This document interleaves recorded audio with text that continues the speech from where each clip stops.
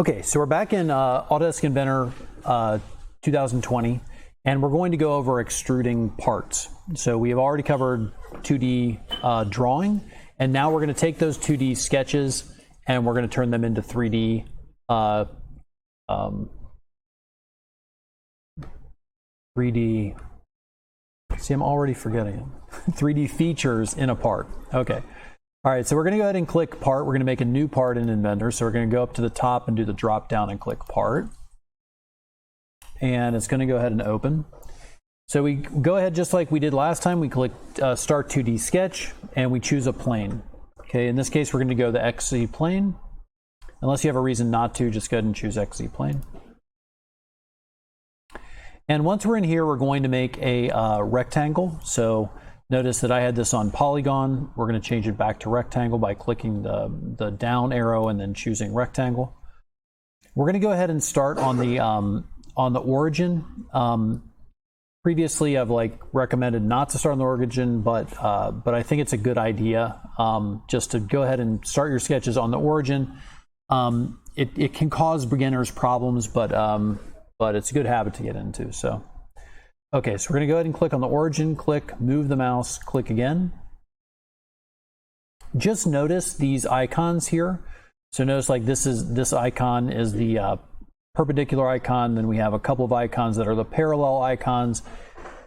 These are for what are called constraints. So when I just drew that rectangle, basically it's 4 lines that are connected. And then the constraints are put there to make it behave like a rectangle. So for example, some lines are parallel, some lines are perpendicular. That's going to matter in just a minute. But notice the icons that have just been drawn there. All right, right after I draw the rectangle, what we always do is go ahead and dimension. So I'm going to click on the dimension control or tool. So I'm in the dimensioning tool. I click on the line, move the mouse up, click again to place it. And we're going to make this 4 inches. So I'm going to go ahead and click 4 and enter. Oh my gosh, it disappeared. So it didn't disappear, it's just that we can't see the lines now. And so we're going to go ahead and click Zoom All, which is over here. You can also use the wheel on your mouse to do that. We're going to go ahead and dimension. Notice we're still in the dimensioning tool even though we click Zoom All. So I'm going to click the line, move out, move the mouse, click again, and we're going to make this 3 inches. 3, enter. Click Zoom All again, and we're back. All right, now what I want to do is I want to put a circle in the middle of this rectangle. So I'm going to go ahead and click circle. And if I move the mouse to the center of the rectangle, notice that I get these dotted lines, which are really great. If you're doing something quick and you just want to find the center of the shape that you're inside of, you can use these dotted lines. So I'm going to go ahead and click, move the mouse out, and click again. Now in our case, we don't want to guess or use these kind of visual aids to find the middle. We want to dimension things to the middle. So you can use the dimensioning tool to specify the dimensions of an object, right? The dimensions of a shape in a sketch. But you can also use the dimensioning tool to position things relative to other parts of the sketch. So in this case, we're going to position the circle. So we're going to go ahead and click, notice I'm in the dimensioning tool. I click the outside of the circle. I click the line that I want to dimension to. Notice that it goes to actually the center of the circle, even though I click the circumference of the circle, right? Or the circle itself. And we're going to go ahead and, so I moved the mouse out and I click again. Now in this case, what I want to do is I want the circle to be positioned there no matter what size the rectangle is.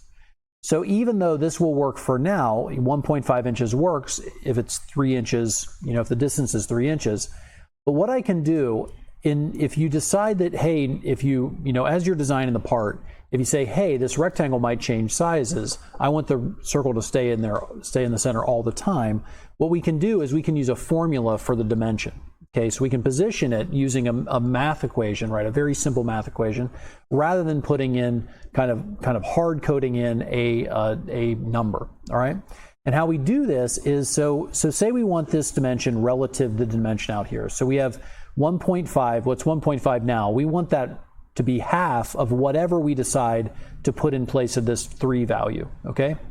So what we're going to do is to reference that, we're going to click on the dimension itself. So notice that I'm editing the 1.5 here, which is, see this edit dimension D2? D2 is the name of the dimension. If I want to reference another dimension, I just click on that dimension. That dimension's name was D1 for dimension 1, right? It's just short for dimension 1. And then what I'm going to do is I'm going to go divided by, which is the / and then 2.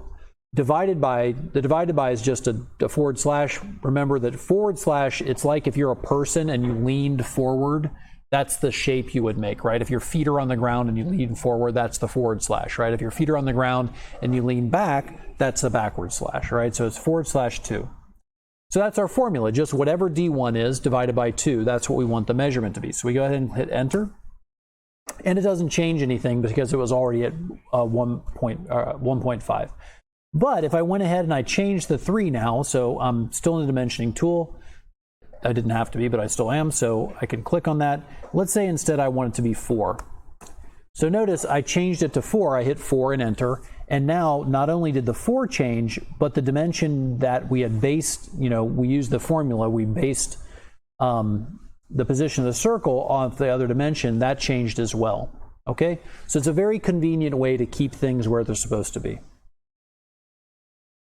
All right, zoom all. Now we're going to position the circle. I'm going to go a little bit faster. We're going to position the circle to the other side of what is now a square.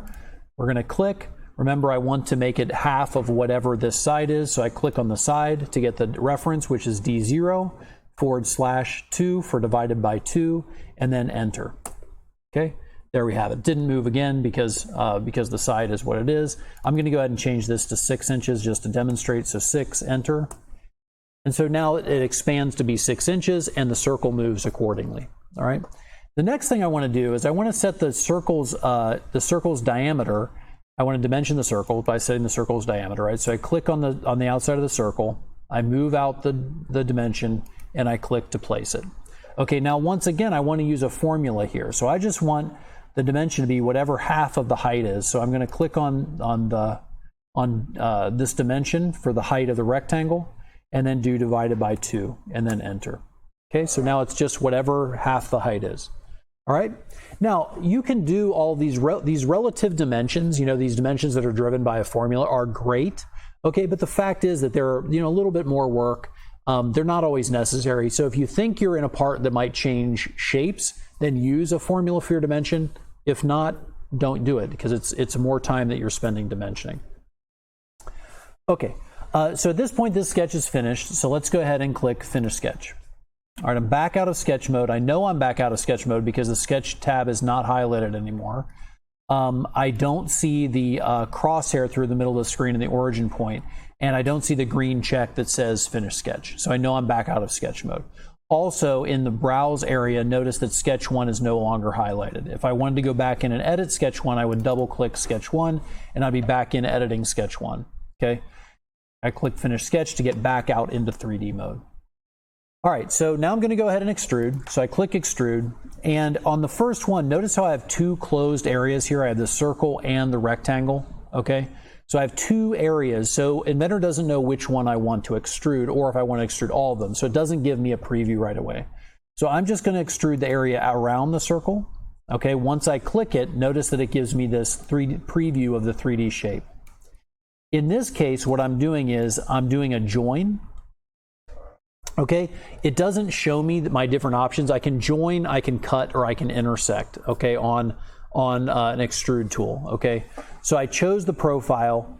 The profile is just the shape you're extruding. I chose this, it's from a sketch plane, okay, which is fine. The direction, I can choose the direction here. Notice we're going down through all the controls. That's just is the direction we're extruding around the original sketch. And then the distance, it can go 1 inch, I could go 100 inches, enter. Okay, and zoom all to see it. I can go 100 inches, okay, whatever it is, all right? Okay, in this case, we're going to keep it to 1 inch.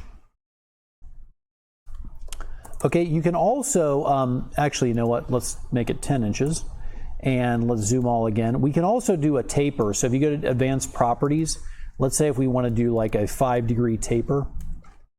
Okay, it's actually quite, so you can see that it just tapered. Okay. So you can also do a taper on this. For the meantime, we're not going to be doing that, but you can. Just know that you can. Okay, we're going to change it back to 1 inch. And go ahead and click OK. All right, so we have our first extrusion. Now, a lot of times we want to make more complicated parts. Okay, so this is a fine part, it's great, but what if we want to say we need to put a post on it, or we need to put a second hole through it, or something like that? Okay, that's great. Okay, we can do that. So we can add extrusions, which is what we're about to do. But I want to mention first that a lot of times when people are starting out, they do too much in one part. So if we go back to the example of a keyboard, of a computer keyboard, a lot of people that are beginning in Inventor would try to draw the entire keyboard as one part. They would just do many extrusions on one thing, and that is the wrong thing to do. Okay, you don't want to do that. All right, it's inefficient for a lot of reasons, and you know, prone to, it's just inefficient in a lot of ways. All right, so you want to be kind of cognizant of what you're building, and you want to make the parts that you're making make sense for the thing that you're building. All right, so don't, you know, you want to make the part as complicated as necessary, but not more so. All right, okay, so we're going to go ahead and add some more extrusions here. So on the second, so you every time we add a 3D feature like an extrusion, a revolve, a sweep, a loft, coil, whatever it is, you need at least one sketch. Okay, and your sketch is consumed. So notice that I don't see my sketch anymore, right?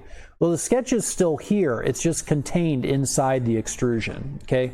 So basically, another thing that people would do is, say if I wanted to make like another hole in this, people would draw a bunch of stuff in their original sketch, thinking that they can like make a lot of extrusions based upon one sketch, and that's not the way Inventor works, okay? So basically, think one sketch for one extrusion. Okay, if you want to make something else, it's got to be another sketch, and then you make another extrusion. Okay, so we're going to go ahead and make another sketch so we can do another extrusion. So we're going to click Start 2D Sketch. Now notice my planes don't come up this time, and the reason is that after the first sketch is in our part, we're actually going to place the sketch on other parts, other things we've already made. Okay, so the sketch is two-dimensional, and we're going to just place the sketch onto a face of a part that we've already done. We can also add what's called a work plane in that we won't go over in right now. For right now, we're just going to add the sketches onto the planes of the 3D features that we've already made. Okay, so I click 2D Sketch. I see the icon next to my pointer. I'm going to go ahead and choose this end part. Okay, here we go. And what I'm going to do at this point is I'm going to go ahead and click down Rectangle, and I'm going to choose Polygon. And I'm going to choose a 6-sided polygon. All right, so notice that if I go through here, do you notice now I'm not getting those dotted lines? I'm going to need to use some of the sides of this thing I'm looking at. And Inventor, it seems that every version they kind of change this around a little, like slightly. Okay, but I'm going to go ahead and draw my polygon here, which is my 6-sided figure. I'm going to purposefully make it not parallel with the bottom, and click Done just to make a point. All right. Okay, so notice that I drew my polygon. I made it not parallel with the bottom. We're not going to go over how to make it parallel this time. Okay, we're just doing dimensioning and 3D features. Okay, but I'm going to start to go ahead and dimension this. All right, so the first thing I'm going to do is I'm going to set the dimension of the polygon itself. So I'm going to click here. Notice I got the height, not the length of the side. So I go back and click again. Pull it out. And I'm just going to make it 0.5 inches. And it's way too big. I'm going to make it 0.2 inches. And enter.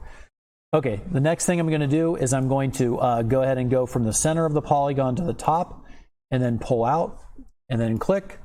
And I'm going to once again notice that I want to use this dimension up here, right? I want to use the top or the side in order to reference the dimension, right? But I can't because there's no dimension inside the sketch, all right? So let's go ahead and click Cancel and solve this problem. So notice that I also can't click on here, just click on this side and click Enter. It won't let me do that. So it won't let me put a dimension on that. So the solution here is to use what we call project geometry. And all that means is we're bringing a line from another part of another feature in the part into our sketch. All right, so I click on Project Geometry, and I want to bring in at least two lines, a top line and a side line. Okay, and that's it. That's all I need. And then what I can do is I can add on the dimension to that projected geometry. Okay, the first one is here. Now I'm going to get an error. Okay, so I click. It says, hey, you know, you're over constraining the sketch, because I've already defined how high that is by the extrusion, right? Okay, so I just click accept. It's okay. So I click accept, and notice that we have this dimension, but it has these parentheses around it. That means that, hey, this dimension is just telling me how high something, or how the dimension of something, okay, but it's not being specified here where I'm seeing it. Okay, I'm going to do the second line and click and do the same thing. It's just a driven dimension. You'll get a lot of these, all right? But the one thing I'll say is, if you keep adding dimensions, just know that the dimensions you're adding, if it says it's a driven dimension, the dimension is unnecessary.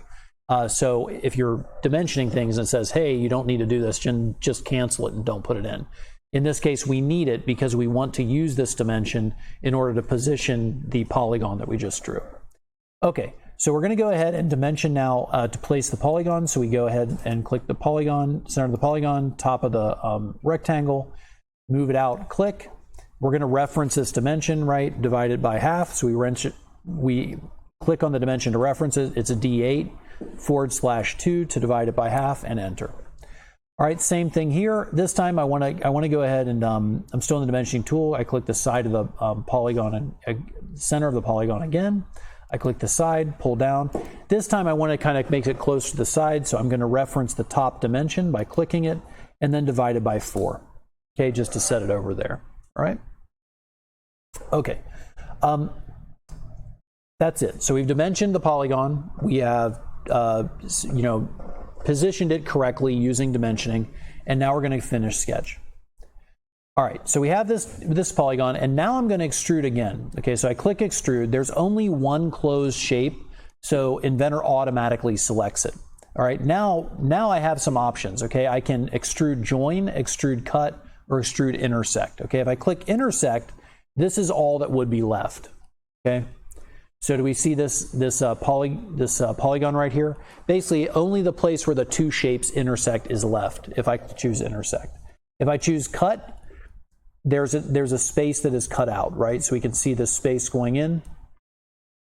One problem people have when they choose this cut is that, if I can just show you real quick. So basically, if they choose this cut and they have their view settings set differently, if we go over to the view tab, and the visual style, see how it's shaded edges? We want to do shaded with hidden edges for now. Okay, so we want to go ahead and click that. I think during the preview here you can see it, but once you finish the preview, you wouldn't be able to see it. In this visual style, if it's too many edges, go back to shaded with edges rather than shaded with hidden edges, but for now we're just going to leave it on shaded with hidden edges. Okay, so there's our cut. It's going the right direction, so we don't have to change it. Our distance, we're going to go ahead and say, rather than 1 inch, we're going to say through all. So we click through all, and basically what that does is it goes through anything it'll run into. It just continues to cut. Okay, so there's our hole going all the way through. I'm sorry, not a hole, extrude cut. There's a hole is a different operation in Inventor, so we're going to say this is an extrude cut. Okay, not a hole. We're going to go ahead and click OK. And then we're going to do one final one. So just to do it kind of quick, just to put it all together, we're going to click on Start 2D Sketch. I'm going to go ahead and click the top this time. Zoom all to get us back in there. We're going to just put a smaller circle on the top surface. We're going to dimension it this time. Click, move, click, and 0.5 is going to be the diameter. Click the outside of the circle to the top edge of the block. This time, let's say it was 1 inch. Let's say it was just a specified 1 inch. And click the outside of the circle to the edge of the block. Move the dimension and click. Let's say it was another 1 inch, and enter. So now we've dimensioned it relative to the drawing and dimensioned the diameter. We're going to go ahead and click Finish Sketch. Finally, we're going to extrude. And let's say we're extruding it this time, we're extruding it 5 inches, let's say. Okay. Also, let's say that I'm making a part and I want to make sure that it looks like what the type of material that I want it made out of. And let's say I go up here to the top where it says default, and let's say that I want it to be chrome. So we're going to say chrome polished blue. Okay.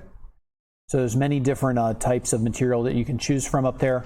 But your material should reflect what the final version is going to be made out of.